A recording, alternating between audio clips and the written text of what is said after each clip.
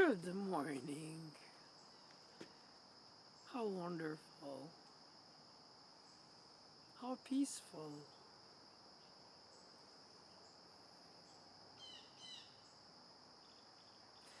At some point, even inside one's head, the silence is music.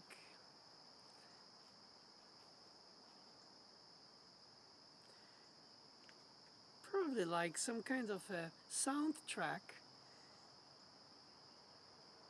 Every morning I wake up, I hear music played in my head as if from some reminiscence or some inner broadcast. It's not music that I recall having worked on or listened to. It always surprises me because it doesn't correspond much to the things that I am involved in. It's almost like as if it has its own score, and that when I wake up, it continues playing until it evaporates ephemerally, and now we go on the reality of the day.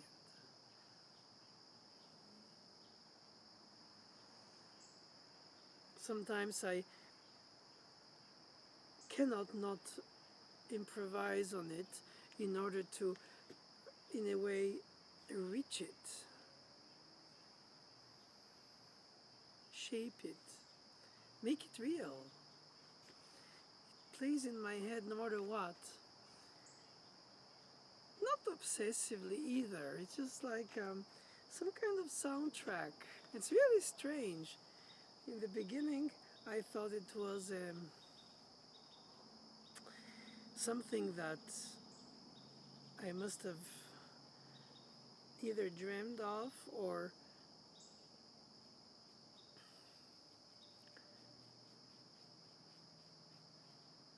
well, most of the time you don't have the luxury to think over it because as now will soon the daily lessons tasks start and bring their own factors of musical question.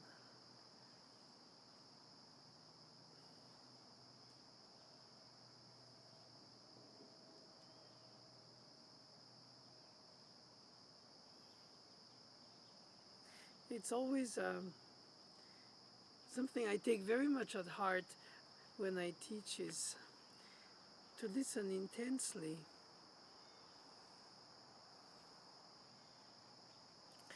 to the students' quest.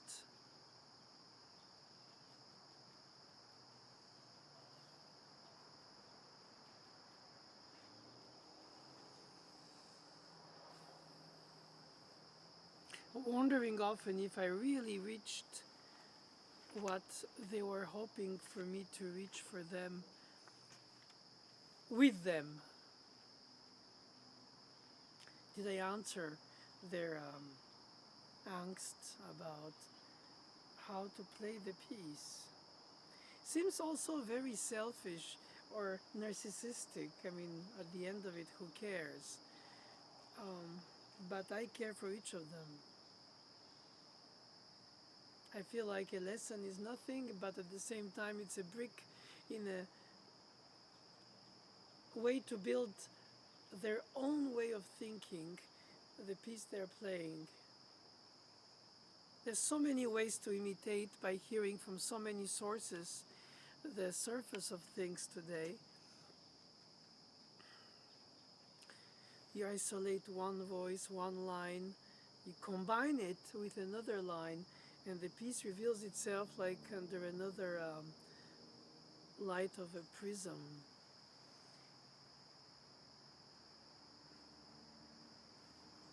It's possible that ultimately we only scratch on the surface what the composer has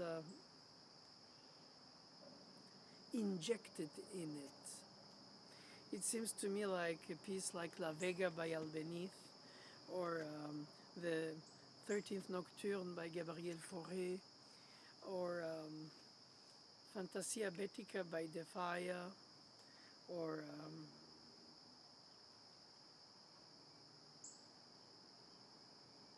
Five-Voice Fugue in C-sharp minor from Book 1. They're more than just pieces of music only for their composers.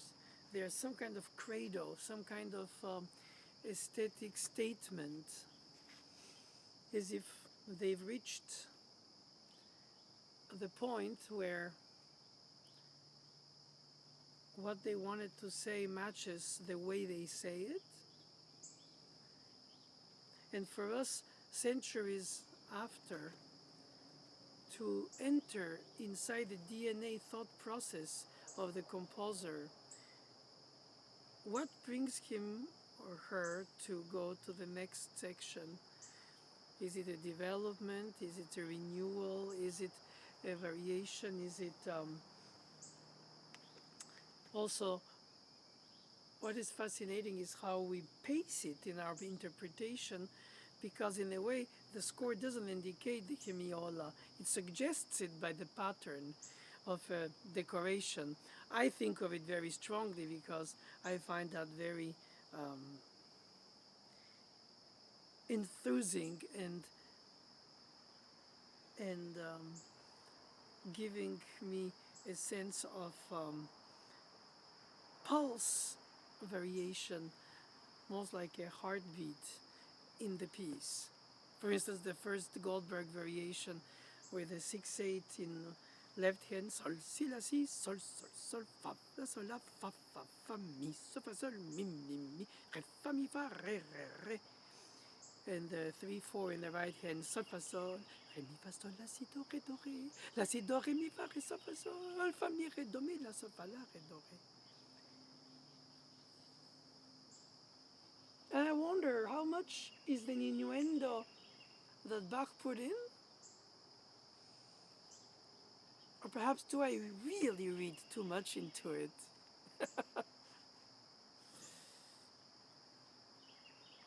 Perhaps when you're in love, you want to shape the object of your love to the way you would like to love it, or him or her.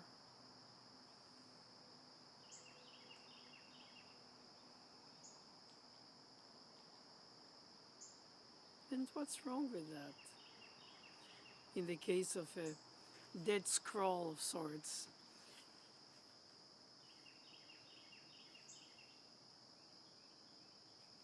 Seems to me like in nature I find a lot of answers about purpose and meaning compared to beauty and subjective opinion about a mood of a day being born, like now,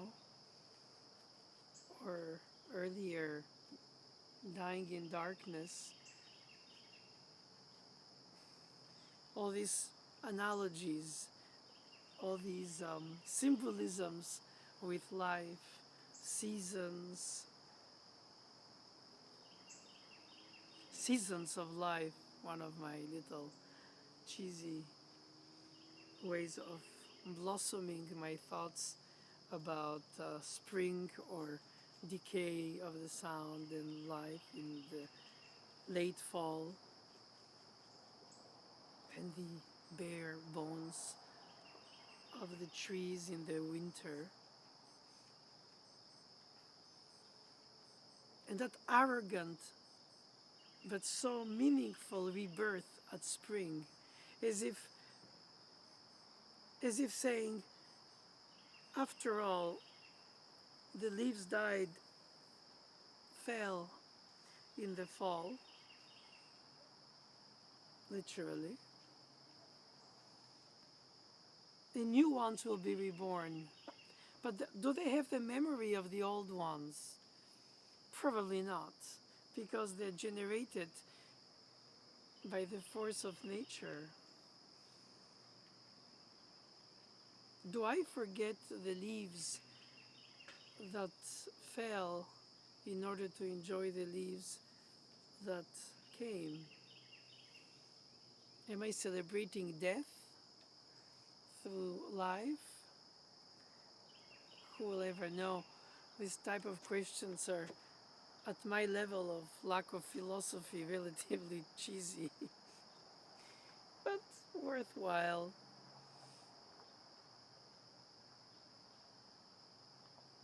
Especially applied to a musical thought, where the composer or the thinker or improviser, regardless of the title, is what comes next after the first thought. What comes after the reminiscence of the dream? What comes after the realization of a structure where, of course, you're educated enough to know what leads to where, in which genre of music, in which type of music, in which time period of music. Yes, so you become knowledgeable because you have access to so much. And I wonder, how did they live, those great ones I love to serve, composers of the past who knew so little of their own past? Perhaps they were missing something that they didn't know, or perhaps it would have inhibited their own creativity. Were they overly aware of the plethora of things that generations before went through to express their spirituality, humanity, whichever?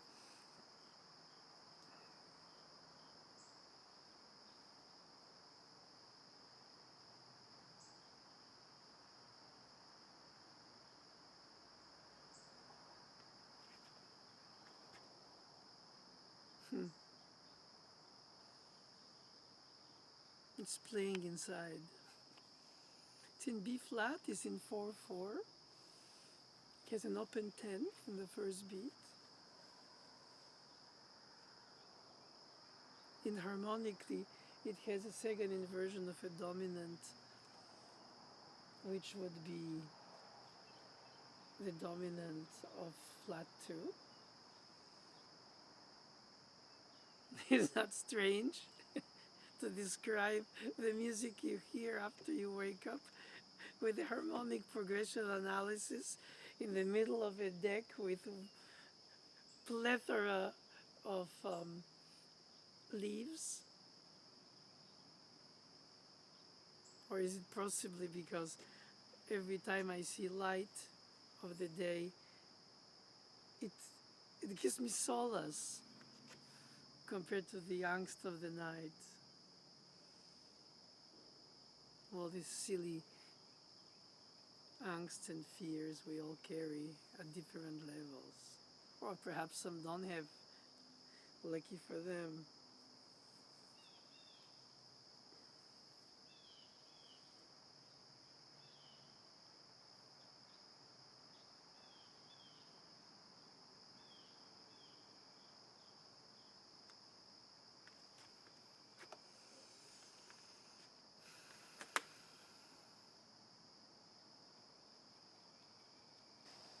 The rays of the morning sunshine are so incredibly lacking vibrato. They're just straight from the sun to us. And then there are leaves in between. It creates a sense of shadows and lights. Find that there's a subtle pedaling in Debussy or Fauré, where you hear the nature through the evocation of it in the arpeggios and this ever changing harmonies, pivotal with common tones, and you feel like a little everywhere and nowhere at the same time. Delicious little harmonized vertigo, but very tiny, very, you just let yourself float through these undetermined tonal centers.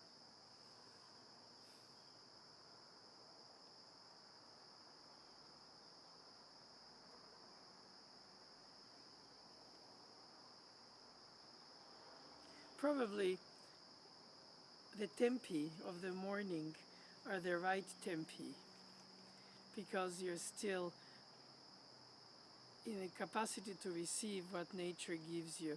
And through the day and your work, you end up by being too proactive to allow for the music itself to express what is embedded in the score. Very often when we play, we think to express how meaningful it is to us. And so we sort of add our expression of the piece on top of the piece itself. So if we take a modulation, or in Baroque days a tuning, by themselves these sonorous elements were creating the psychological background atmosphere, and a little ornament here and embellishment there were minimalistically ways of acknowledging what is given to us through the piece, and we just play the piece rather than involve ourselves in the playing of the piece. It's like being in love, or describing the fact of being in love. In a way, we should be not as much our narrators of the storytelling, as well as let the story be told through the choices of the composers, tonal, melodic, perhaps modulational, perhaps not, the ostinato or the dominant on the ostinato, the dissonance that are produced by a minor mode, sharp flat 6, sharp flat 7 collisions.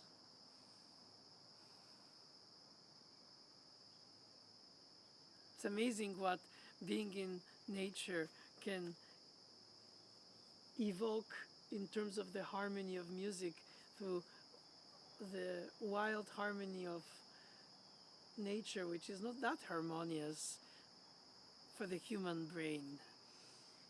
We think we organize the chaos of nature with a form, like Haydn did for the sonata, or Bach with the fugue, and Tchaikovsky with the ballet, and Mozart with the opera, and Beethoven with the quartet. I'm not knowledgeable enough to invoke writers, philosophers, painters, sculptors who defined their nature through the nature of their inspiration or their intelligence that brought so much to the inspiration, that was observing, receiving, like a mother tongue, like a morning, and then starting to organize it as if it's up to the humans to organize the symmetries where there is none, and manipulate the tension and the releases in harmonic ways, just like we can do with nature. What is the purpose of it that pushes people for centuries of music writing to express themselves so intensely, scarcely as well, on a piece of paper? Were they consciously? Probably not, probably partly yes, who's to know, doing it for us, or whoever us would be, or who is the next us? Is it some kind of invisible handheld chain?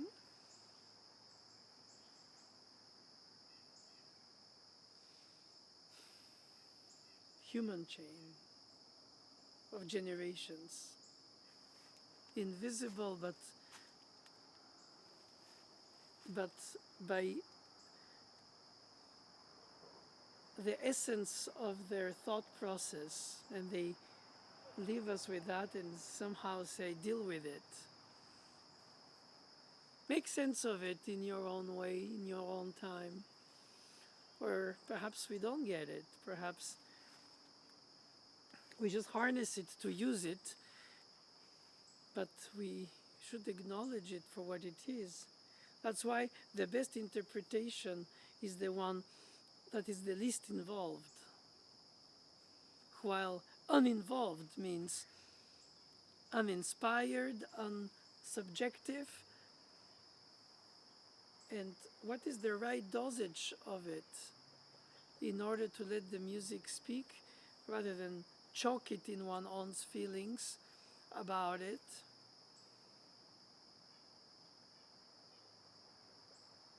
Most of us, when we play a piece of music, there's always a section that we love the most in the piece that in a way pushes us to learn the whole around it, even if some of it we find boring, not interesting, not as much like why is this trio coming the way it is banal, when the other section is just incredibly awakening for our psyche. And then you think, oh, that's the right decision. Had I had to complete it, I would have never thought this composer who wrote this complexity that is so appealing, perhaps because it is, chose to write a banal something, in a way highlighting the complex.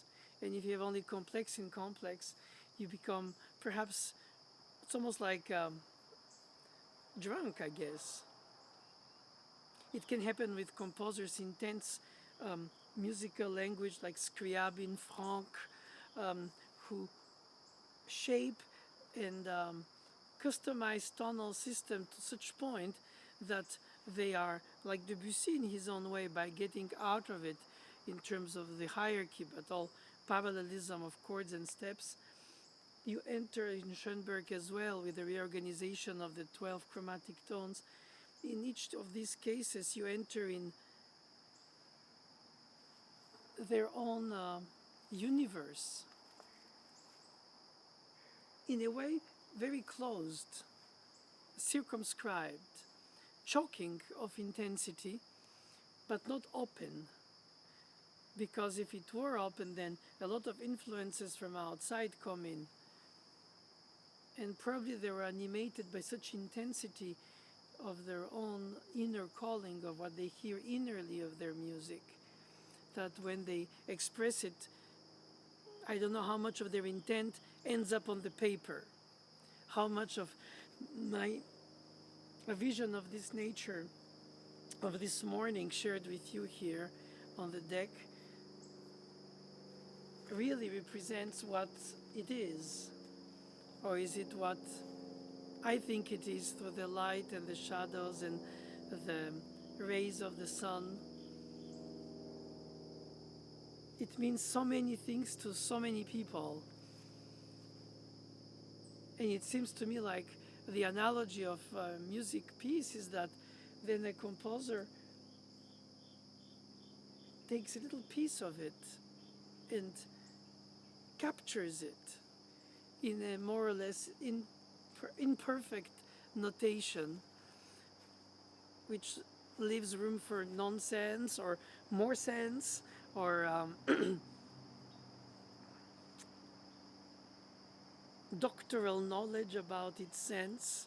I don't make fun of that, because ultimately knowledge and erudition is something so appealing when you're faced with the unknown of the why of the beauty, the why of the creation, the why of moving us when it's celestial movements at dimensions that are way beyond what I can comprehend, but which at the level of the detail of a given modulation, or here a sunshine with shadow, in analogy, I find that is meaningful in the micro than in the macro, is despite of how much it escapes us to but we still are part of it in a way.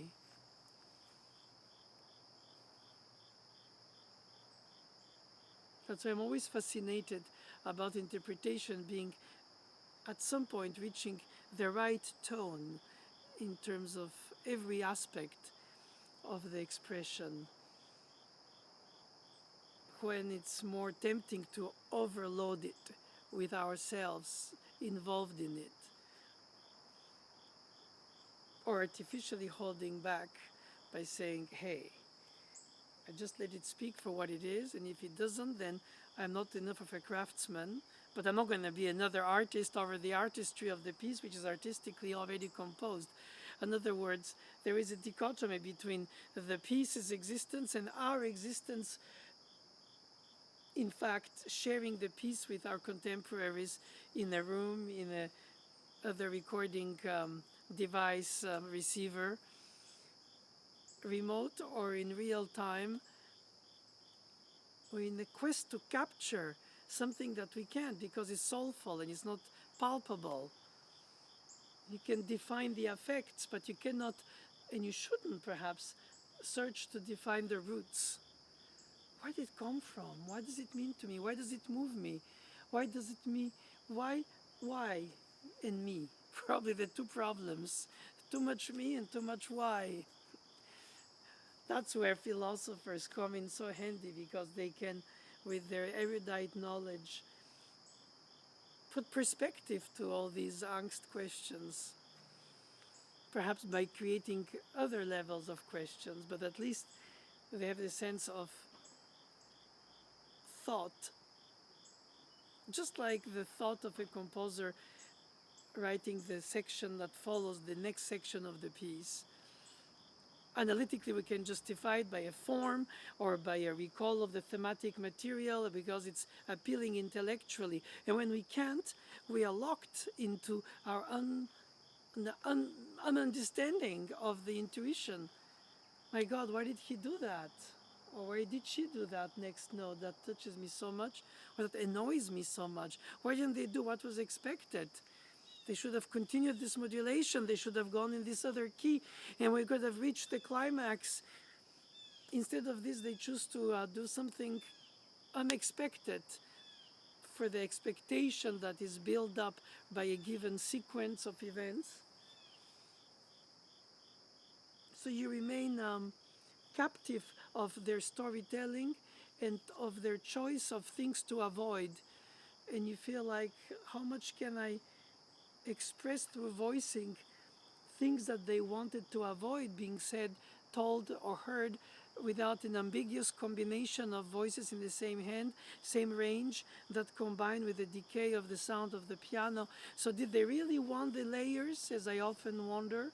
Or did they notate them, but expected them to blend in a combination of voices in the same range, which inevitably happens either to the trained ear in music listening or untrained ear? How much of their intent through their notation escapes us? And is it so important to know what their intent was? Isn't it already marvelous to deal with the results that they left on the written page, that we have to decipher for extracting from it the decoration from the essence, the ornamentation, the beautification, the effect? But without this effect, then why would it move us? We need that.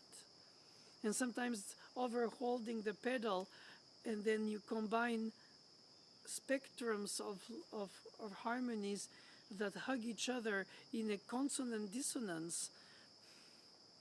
And you wonder, yes, but on their instrument it didn't hold as long. Yes, but on their instrument they needed to compensate with the bass in octaves to obtain this orchestral sound to the fortepiano nascent. But on the harpsichord, they delayed the note, they expressed by subphrasing, they arrived into the nucleus level of expression where a single arrival of a given chord brings you to a punctuation of a phrase, but the statement isn't what you expect because you've heard so much music stating it differently after that.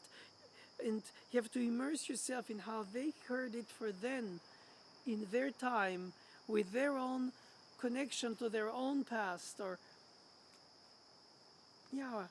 How can we imagine nature before nature, imagine the piece before the piece, imagine the composer's thoughts and the choices that the composers did through their in their mind, as Mozart would say, or on the paper drafts, as Beethoven left us many, of, in fact, not what they chose to leave for us to play, to hear, to share, to enjoy, to fulfill our soulful thirst, but all the things that they chose not to, in a way, extracting the best of what they thought was the earnest or the meaningful. You learn so much by discovering what they rejected in their thought process. And there is no thought process without rejection and choice. Then the criteria escapes us. That's the problem. We try to figure them out and we try to organize that in a way that we can guess where it all leads.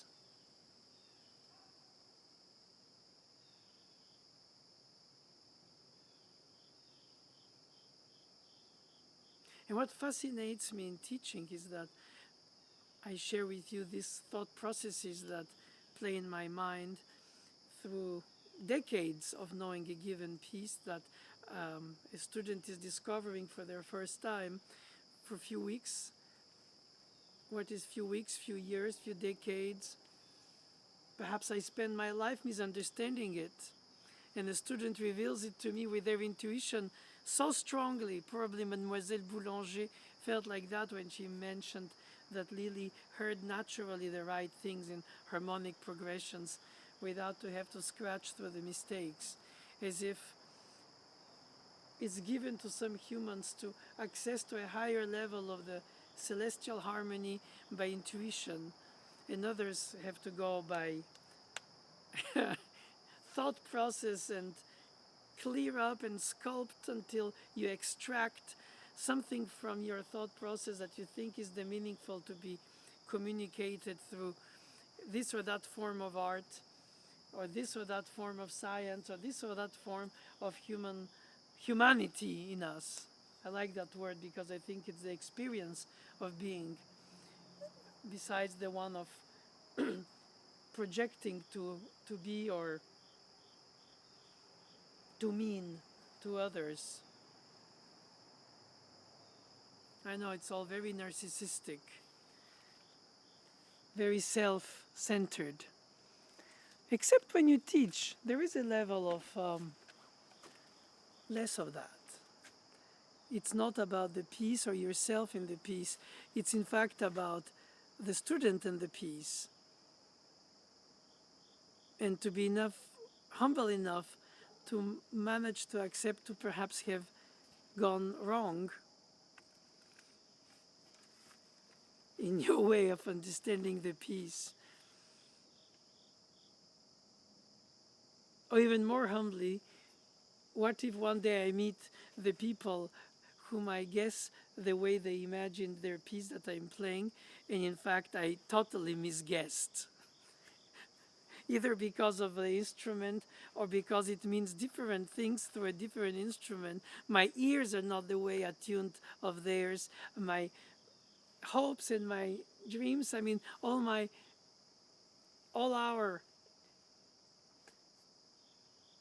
psychological landscape filters certain things, ignores others.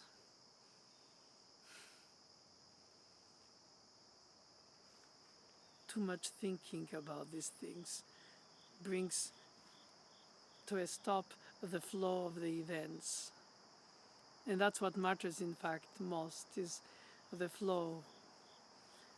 I've always been very sensitive in music to harmony in terms of consonance and dissonance, mood setting, atmospheric. I haven't been enough intuitively connected to the pulse and the rhythm and the way you pace these harmonic progressions, nor the melodic line by itself for whatever it's worth, whether it be an inner line or upper line or underline. I guess we all have different ways to connect to the texture of an art form from a different perspective, which moves us, like what moves us in a human or in a season or in whatever we perceive from nature through humanity or nature at its large term, of course.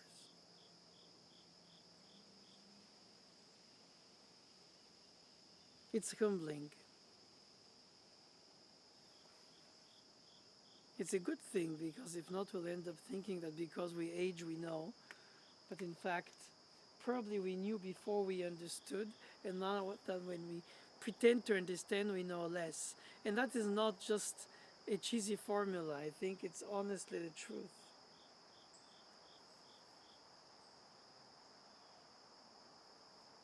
No, it's not the truth. It's a form of a truth that seems to appear to us like obvious. What will we do? What is to be done?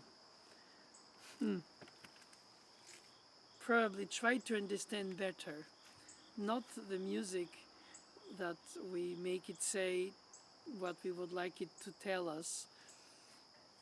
In a way, it's not honest, but it's a beautiful, dishonest involvement, appropriation of the universal feelings captured in it that we connect to our own path of things. But in the fresh look over it by a student who's attracted to it in a different way than I was into the piece when I was a student.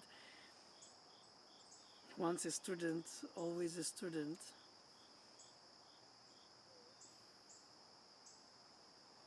And what amuses me is that at some point things appear so evident that even putting aside all humility, you end up saying to the student, do this, as if the composer told me it's supposed to be. That's the innuendo, the voicing, the rhythmic, the pedal, the tempo. Oh my God, the tempo. Who knows the right tempo? Nobody. Everybody, well, most people consider they do. They don't agree, and that's the beauty of it. But it's also disconcerting for students. I am convinced of that.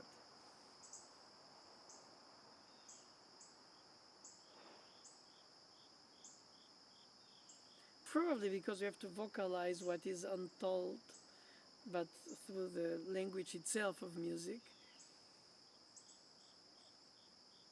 And then by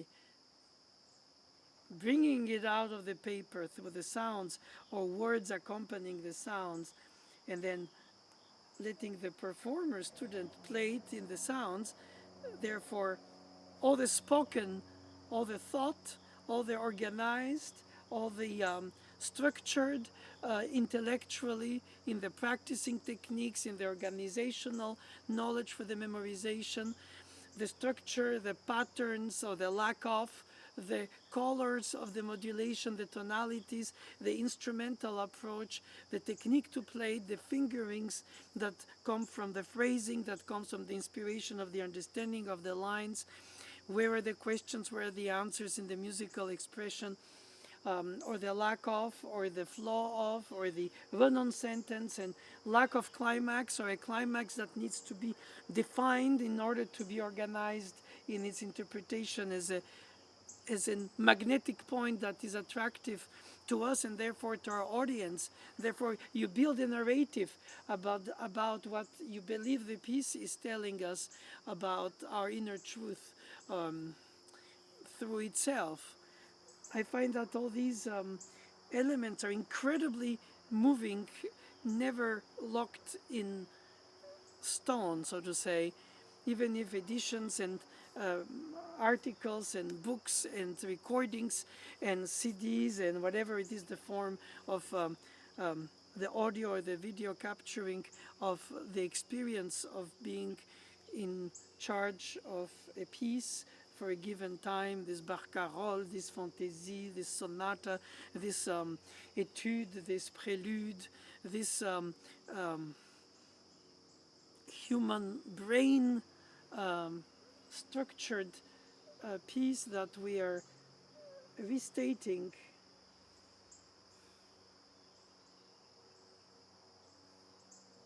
So many consequences from so many causes. Feels like a maze.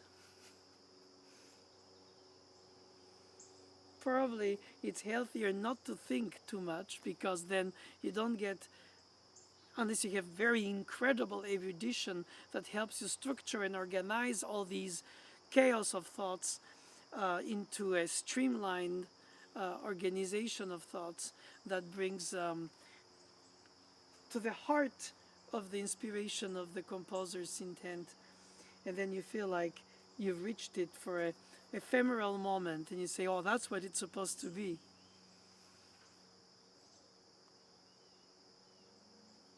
Even if you might disagree with it yourself.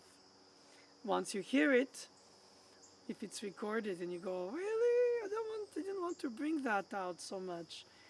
It's good, but then no. And it's interesting to hear people in recording sessions who have already incredible experience of playing a piece, living with it, meaning it while they played, and then they listen to the first take and they go, really? Is that not what I wanted to bring out? As if what we intend to bring out of what we intend to have understood from the piece doesn't correspond to what, even when we listen to it without to play it, convinces us.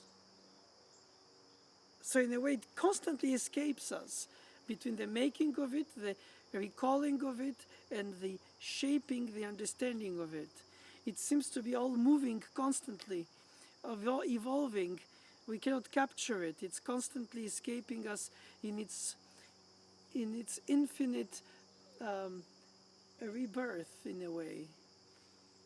And at some point, we manage to find some kind of cohesive image of it and think, oh, that's what it's supposed to have been. Why didn't I see it in the first place years ago, when I used less rubato or more pedal, or a tempo that allowed to structure better the group of bars that lead to a storytelling point of view than only involved in details that are so beautiful to me individually that perhaps let you lose the vision of the structure. In other words, why do we need structure? It's intellectual construction. Why don't we just respond by the emotion of the detail, which means to us while we play it, if we can play it as well as we love it, or it means to us? It's always that macro-micro, being on it or being around it, and then being, in fact, involved and uninvolved, intense and let it speak by itself. Don't choke the piece you serve in your own psyche's framing. Of course, if you're constantly in this situation of thinking that you are choking it rather than serving it, then perhaps you shouldn't play it in the first place, because then you're overly conscious, or putting yourself in a situation where you think, well, self-censorship. Before I even present it, I'm not going to do it, because I'm betraying it before I had already played it, the way I hear it, think it. And Mademoiselle Boulanger made me write a lot of scores before I played them, so that I can learn from the writing of them, through the thought process of the composer, the piece, not only through the muscular memory of the pleasant and sometimes very challengingly difficult learning way of playing it. But there is a level of connection with the piece, like an instrument you can touch, like a harpist. It hurts so much the tips of the fingers, but you feel the sound you produce, the resonance. A wind player feels the sound in the air column. The string player feels the vibrato, holds the string, interrupts the string at a certain height in order to get a given pitch. it's all about choosing and organizing and making it appear so smoothly natural once you've mastered each detail of its vibration and intonation. And then you have to organize with others monodic instruments to obtain that polyphony that you cannot do on your own. Well, to a certain extent you can, but not fully. But the piano is an instrument where you don't touch directly the sound production, you don't feel the vibrato of the string, you don't. You imagine it, you project it, in fact, you fantasize it through the action. And the action allows you also to combine things in a certain sculptural shape of the sound, depending of the type of action you type on, literally. Heavy, light, humidity, uneven, lifting of some keys. The instrument tells you things and you tell him, no, I want more of what you can do. So you're in dialogue with the composer's thought and at the same time with the instruments given ephemeral moment of sharing it with a given instrument somewhere for an ephemeral group of people. And somehow it comes to life beautifully. And sometimes, no.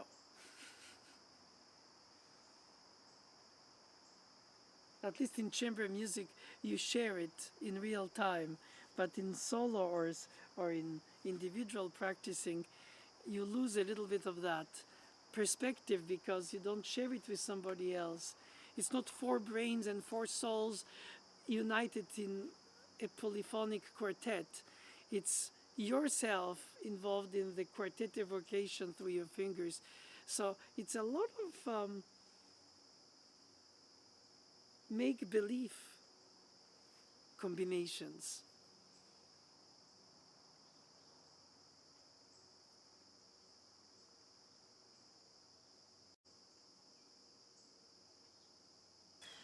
Oh, I just had a lesson teaching a transcription of a piece that's not transcribed yet by others.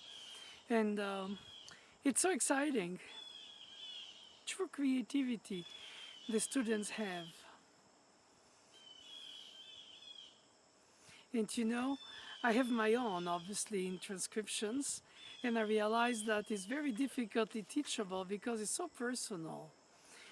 It's like a glove. It fits only the person who wears it, so to say. There must be some universal truths about transcription. In this case, from violin and piano to piano, or it could be from organ to piano, from orchestra to piano, from choir to piano, from piano to piano concerto. I've tried many. I've only been convinced in few when the transcription becomes as valuable on its own as the original version, not in the music because it's already a given, but in the texture. Who knows? Who defines? I find it so unbelievable. Unbelievable. That something so simple can be so beautiful, and it's a touch of a pianist, and all of a sudden you're transported in another world. What could be more rewarding than to teach a lesson? Okay, transcription for one, jazzy piece for another, genres and styles. Nothing is really innate. You have to create the background, the soundscape in which to bring in the pianism of a given composer's style. And sometimes the subtle thing is to have improvisational style played while read from a text and not played by ear. I know that many people consider playing by ear being a greatest quality because inevitably it proves that you played with a feel, and that if you read it, so it's more remote from the impulsive, natural, especially countries where music is essential to their culture, like Africa, South America, Southern Europe, the Balkans. Um, a lot is said through the dancing and the singing, and ethnomusicologists do incredible job. But reality is that when we play music inspired by composers like Albeniz, Gershwin, Villa-Lobos, Szymanowski, by their or Dvorak, of course, by their Borodin, Tchaikovsky, Rachmaninoff, can go far like that. But bringing in a classical music world notation, um, the essence of their culture, literally of their identity in that sense. Now, it is incredible that French composers write Spanish music by inspiration of the strong, appealing folklore of Spain and on the border of France. And it's interesting to see that you can say that, of course, a Spanish composer will write a more authentic Spanish music, but that's not the case. I think all of us can and do get accustomed or attracted, beautifully attracted to something that is not part of their realm. They're not. It's not part of their daily background. They search for it as an escape, sometimes as some kind of attraction towards something eccentric, given the reality of the place where they are. And I don't know how much this really can be said for Chopin compared to his Polish background with a French father, but in Paris, which is different from France in terms of identity of music. And Liszt, who was born basically and grew up mostly in Germany or Austria, more than Hungary at all, as a matter of fact. Is it the gypsy, is it the Hungarian spirit musically that inspired him to write his rhapsodies? In a way, you have somebody like Godowski, who wrote the Java Suite, but that is the case, that it's another culture absorbing the fruits of a completely different culture. In that sense, I find these exchanges very healthy and proving the universality of the humanity that comes out of it. It doesn't take away at all the authenticity of the people whose roots are there and their own, but that they can be believable with roots that are not their own. Of course, the analogy with an interpretation of a piece by a classical composer who's dead from centuries or two, well, that's given. We're no more there. We'll never be back then.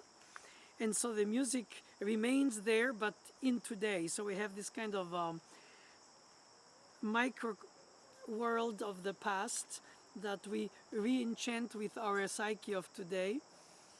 We try to understand authenticity of the gesture, the notes and all, but in fact,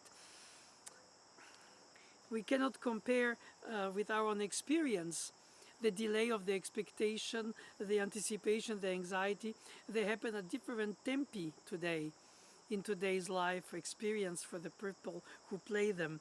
So in a way, there is romanticism in every period of music and humanity, except it's expressed with different levels of abandon or different levels of formal shaping of it, or non-formal and then just spilling the feelings as they are, raw.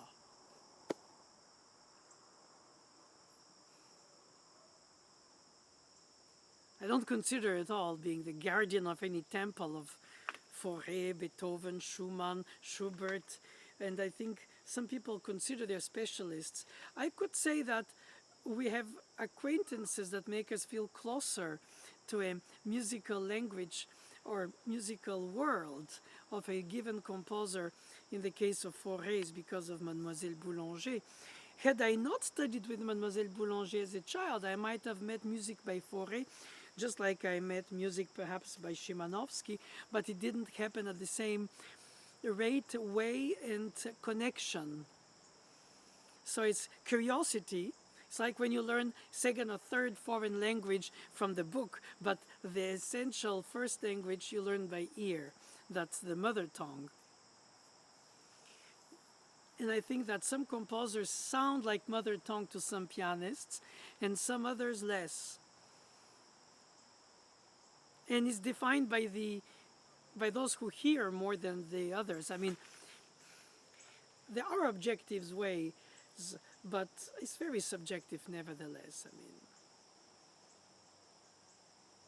it's a fascinating world to search for the right tone of expression of things. And there is no folklore in playing a fugue by Bach, but there is in playing a dance by a given Baroque or a suite of dances.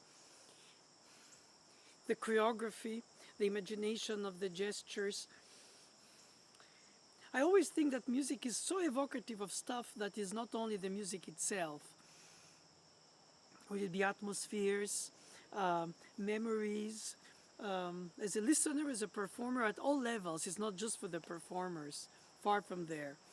I think, as a matter of fact, we identify with music for different times because of what it meant to us to associate music as a soundtrack of our lives, and specifically which jazz, all kinds of expressions of human psyche, especially human passion, through the dance as well as through the singing, and also without the verb nor the voice, through the dancing itself. The art forms evolve. Some are more traditionally kept from evolving, but I still think that there is a moment where we reach the point where we say, okay, I would like really to know how to approach this. And then you go see somebody who you think is specialist for it, and then you start entering in depth. You enter in a possible niche. That's a beautiful thing.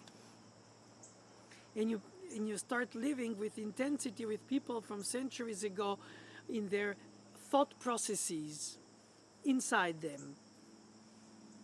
And then you enter in a situation where you think or you feel like through the instruments or through the tuning or through the articulation or through the phrasing that you are entering beyond the authenticity. You're becoming the piece. You're giving it its new life through you.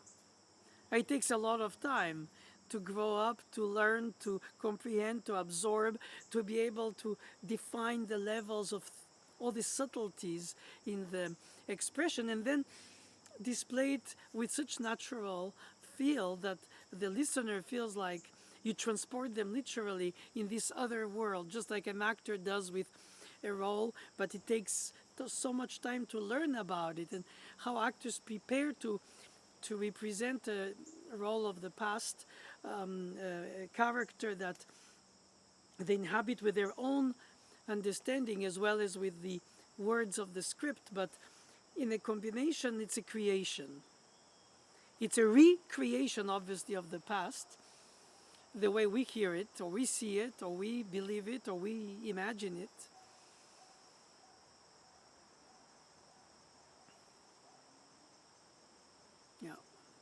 the past in the present.